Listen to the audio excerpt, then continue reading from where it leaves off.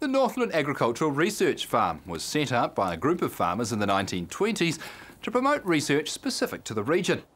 The farm is run with backing from the Northland Dairy Development Trust, which, along with the TR Ellett Trust and Hine Rangi, is supporting a long-term pasture trial. For the past 4 years, DairyNZ has been comparing ryegrass and kikuyu pasture management options to determine the most practical and profitable approach for the region. The background to the trial is we've got 3 different farm systems that basically 90% of farmers in Northland are farming under. So that's either a predominantly kikuyu based system where they can either mulch or not mulch, and a ryegrass system where we do some regrassing, and there is some kikuyu but predominantly it's rye. The purpose of this research is to demonstrate best practice on all of those 3 systems.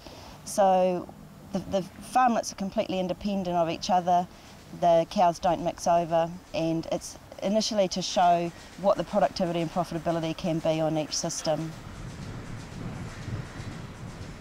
These cows are in a ryegrass clover paddock. They'll be milked into separate vats so we can always see what the output is, given the inputs they've got. We also measure all the supplements that are fed to the cows and anything that's taken off in terms of baleage or silage or anything like that, we also measure.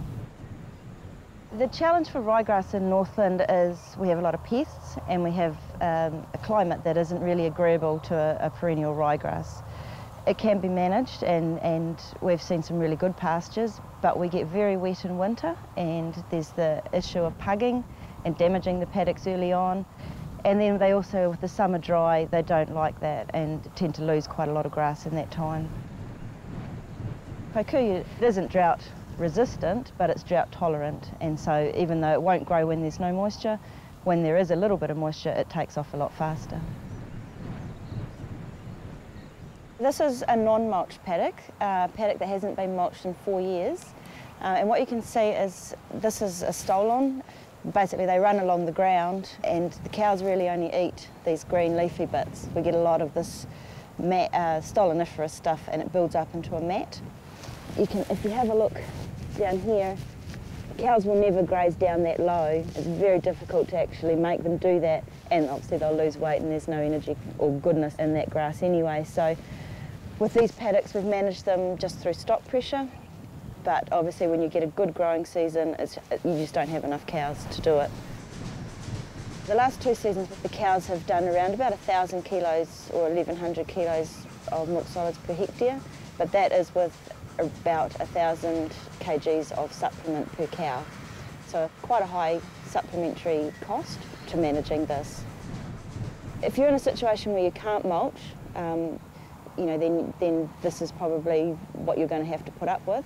But if you can mulch, certainly then you're going to get better performance. So the process that we use with the mulching is we drill the seed in first and then mulch following that. The stolons are actually broken up. With topping, it tends to be horizontal, but what we're actually doing here is vertical chopping to actually break the stolons up and allow the Italian ryegrass to come through. With the mulch system, we drill all our Italian ryegrass into the paddocks. With the non-mulched, we broadcast. There is a problem getting seed established when the mat is built up to, is quite dense and it's about 20 to 30 centimetres long.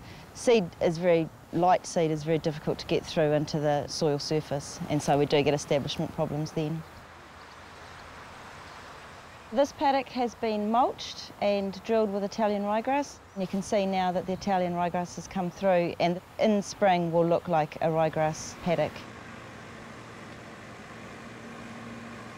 Our mulched farm has proven to be the most profitable over every year that we've run the trial, simply because we use a stocking rate of 3.3 cows to the hectare, and we're able to actually control our kikuyu through the autumn.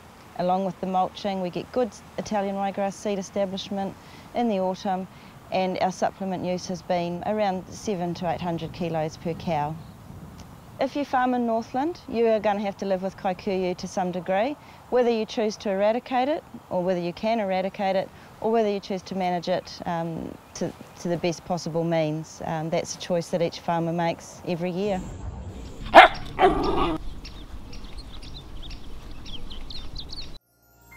This program was made with funding from New Zealand On Air.